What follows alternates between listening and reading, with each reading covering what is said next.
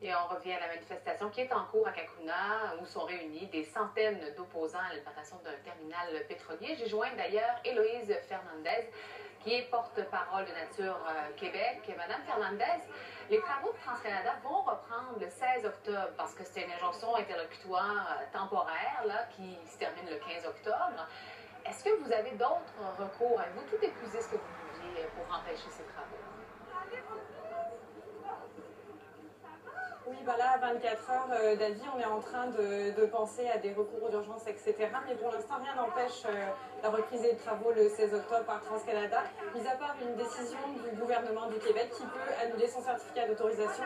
C'est pour ça qu'on est là tous aujourd'hui. Il y a 1000 personnes qui sont attendues. Et à Nature Québec, on croit en la mobilisation citoyenne et au poids de la mobilisation citoyenne comme contre-pouvoir. Donc c'est pour ça qu'on a lancé la pétition sur www.sauvonosbelugas.com qui a aussi été traduite en anglais pour mobiliser la communauté internationale contre ce qu'on considère, nous, comme un crime contre la biodiversité. Vous estimez, entre autres, que la construction du terminal donnerait un coup fatal au beluga, littéralement, et ça amènerait même sa disparition. Sur quelles études est-ce que vous vous appuyez pour dire ça? On s'appuie sur l'étude scientifique. Vous pouvez aller voir sur le site web du groupe de recherche et éducation sur les mammifères marins. Il y a un affidavit qui a été signé par Robert Michaud du GREM.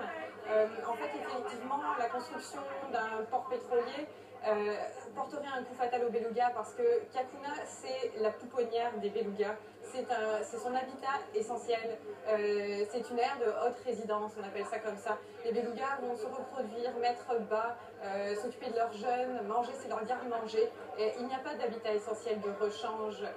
Et tout le trafic maritime qui serait généré par la construction de ce port et par ce port à l'année longue, c'est sûr que ça porterait un coup fatal aux belugas qui sont déjà en déclin depuis 10 ans, qui sont une espèce menacée qui va passer à la catégorie en voie de disparition bientôt.